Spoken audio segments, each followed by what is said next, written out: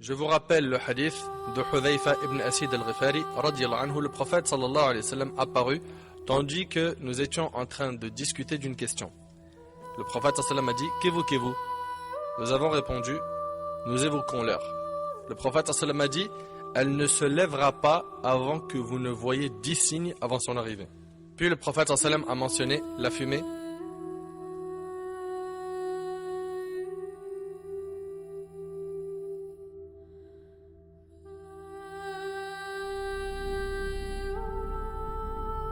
le faux messie, Ad-Dajjal,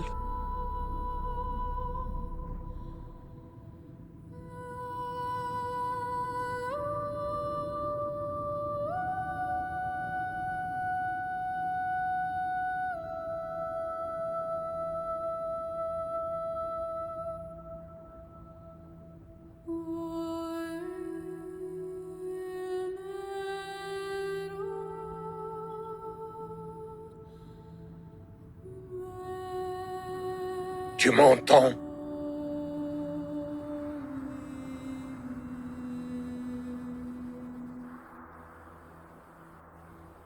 Vous l'entendez pas, lui? Il parle.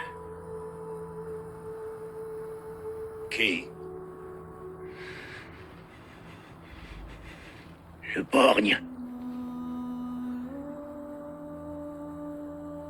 Et que dit-il? Il dit qu'on est aux enfers.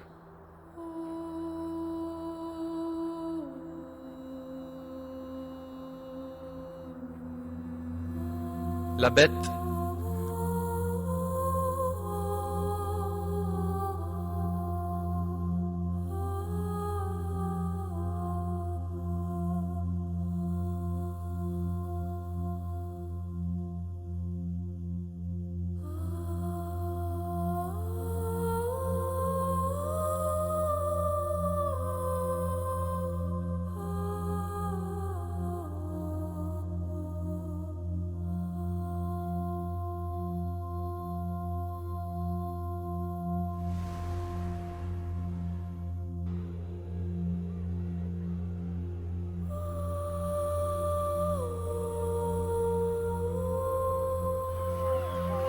le lever du soleil de son couchant, yani de l'ouest, le Maghreb,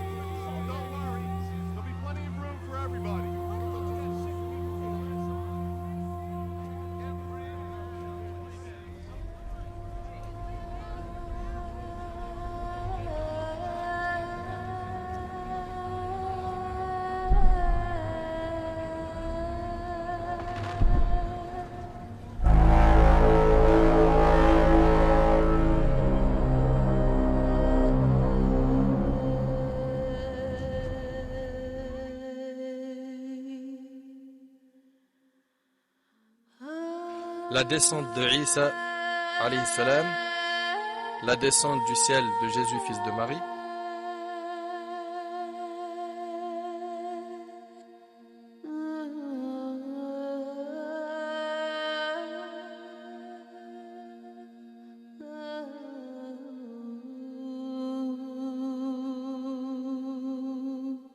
la sortie de Gog et Magog,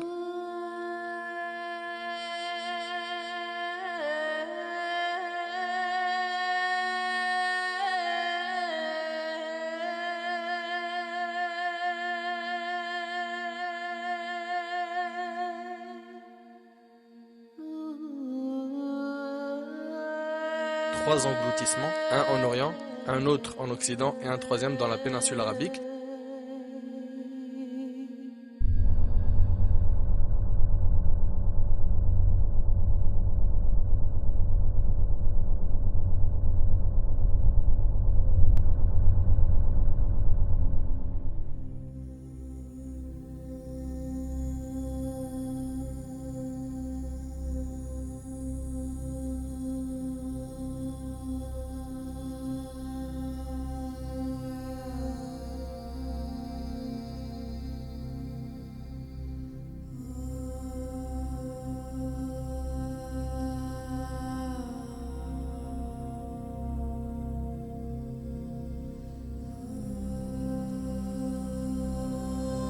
Quant au dernier de ces signes, il s'agira d'un feu qui jaillira du Yémen et forcera les gens à se rendre vers leur lieu de rassemblement rapporté par l'imam Muslim.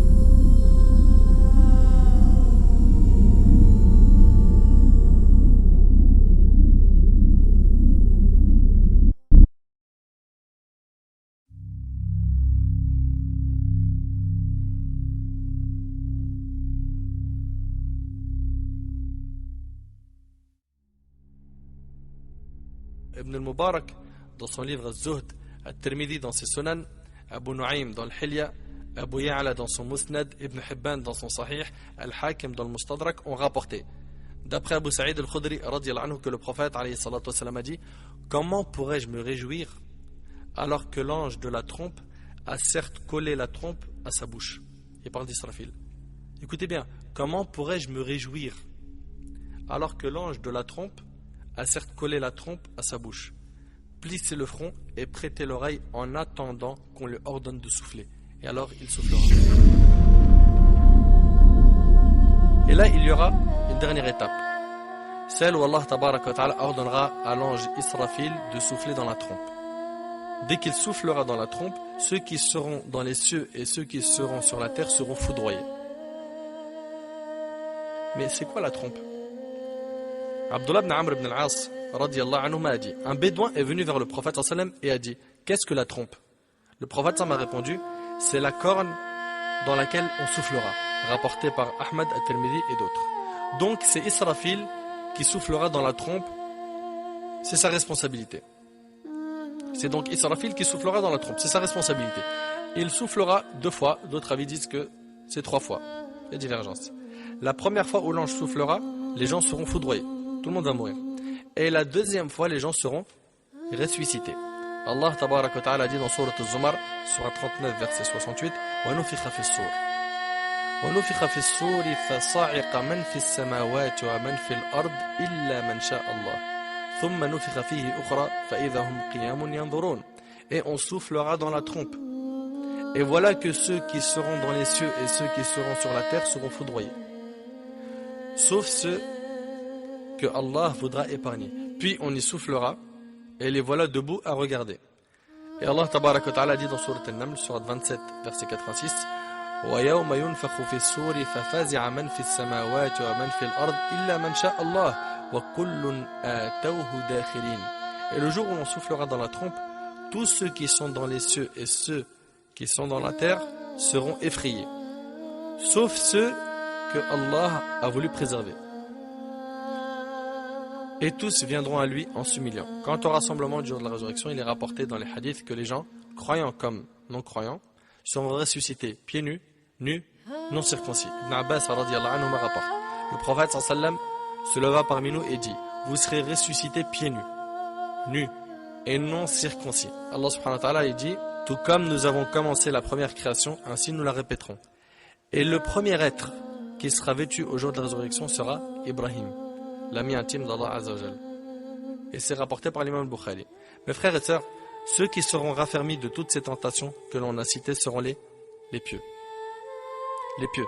Allah tabaraka wa ta'ala dit dans Surat Ibrahim, Surat 14, verset 27: Allah affermit les croyants par une parole ferme dans la vie présente et dans l'au-delà, tandis qu'il égare les injustes, et Allah fait ce qu'il veut. Et Allah tabaraka wa ta'ala a dit dans Surat Fussilat, Surat 41, verset 30: ceux qui disent notre Seigneur est Allah et qui se tiennent dans le droit chemin, les anges descendront sur eux. N'ayez pas peur et ne soyez pas affligés, mais ayez la bonne nouvelle du paradis qui vous a été promis. De même, les pieux seront aussi protégés quand ils sortiront de leur tombe. Et Allah tabaraka wa ta'ala dit dans Surat Ad-Dukhan, Surat 44, verset 51: Innal muttaqina fi maqamin amin. Les pieux seront dans une demeure sûre. D'après Abu Sa'id al-Khudri radiyallahu anhu, que le prophète alayhi salatu wassalam a dit: comment pourrais-je me réjouir alors que l'ange de la trompe a certes collé la trompe à sa bouche? Les musulmans ont alors demandé: que doit-on dire au messager d'Allah? Il a dit alayhi salatu wassalam: dites hasbunallah wa ni'mal wakil. Allah nous suffit, il est notre meilleur garant. C'est en Allah notre Seigneur que nous avons confiance. Soumettons-nous à Allah Azza wa Jal, soyons humbles Ne soyons pas à l'abri du stratagème d'Allah. Selon al-Ala radiyallahu anha, le prophète alayhi salatu wassalam a dit: par Allah, je ne sais pas, alors que je suis le messager d'Allah, ce qu'il adviendra de moi ni de vous. Rapporté par Bukhari. C'est incroyable. Le prophète alayhi salatu wassalam, il dit: par Allah, alors que je suis le messager d'Allah, je ne sais pas ce qu'il adviendra de moi ni de vous. Il a peur alayhi salatu wassalam du châtiment d'Allah subhanahu wa ta'ala. Faisons tout pour gagner la miséricorde d'Allah subhanahu wa ta'ala, car c'est la clé du succès. Ne pensez pas que faire beaucoup d'œuvres, ça nous fait rentrer automatiquement au paradis. On le verra. Que c'est par la miséricorde d'Allah subhanahu wa ta'ala qu'on entre au paradis. Les œuvres sont une cause. L'imam Muslim rahimahullah rapporte dans son sahih qu'Abu Hurayra radiyallahu anhu a dit que le prophète alayhi salatu wassalam a dit: l'œuvre d'aucun d'entre vous ne le fera entrer au paradis. Sur ce, les gens dirent: et toi non plus, ô messager d'Allah? Il répondit: moi non plus, à moins qu'Allah ne me couvre de sa clémence et de sa grâce. C'est par la miséricorde d'Allah subhanahu wa ta'ala.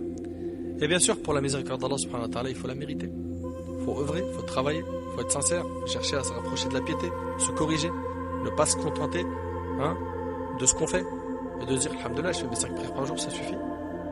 Ou la sœur, j'ai porté mon hijab, stop, là, c'est fini. Il y a un boulot à faire. Un grand boulot afin de purifier notre cœur.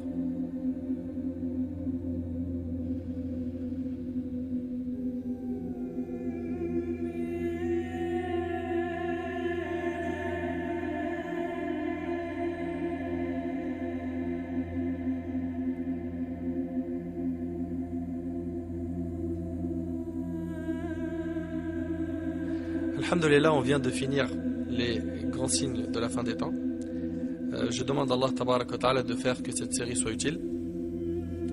Et je demande à Allah azawajal de l'accepter de ma part et de m'accorder la sincérité, et ce jusqu'à ma mort.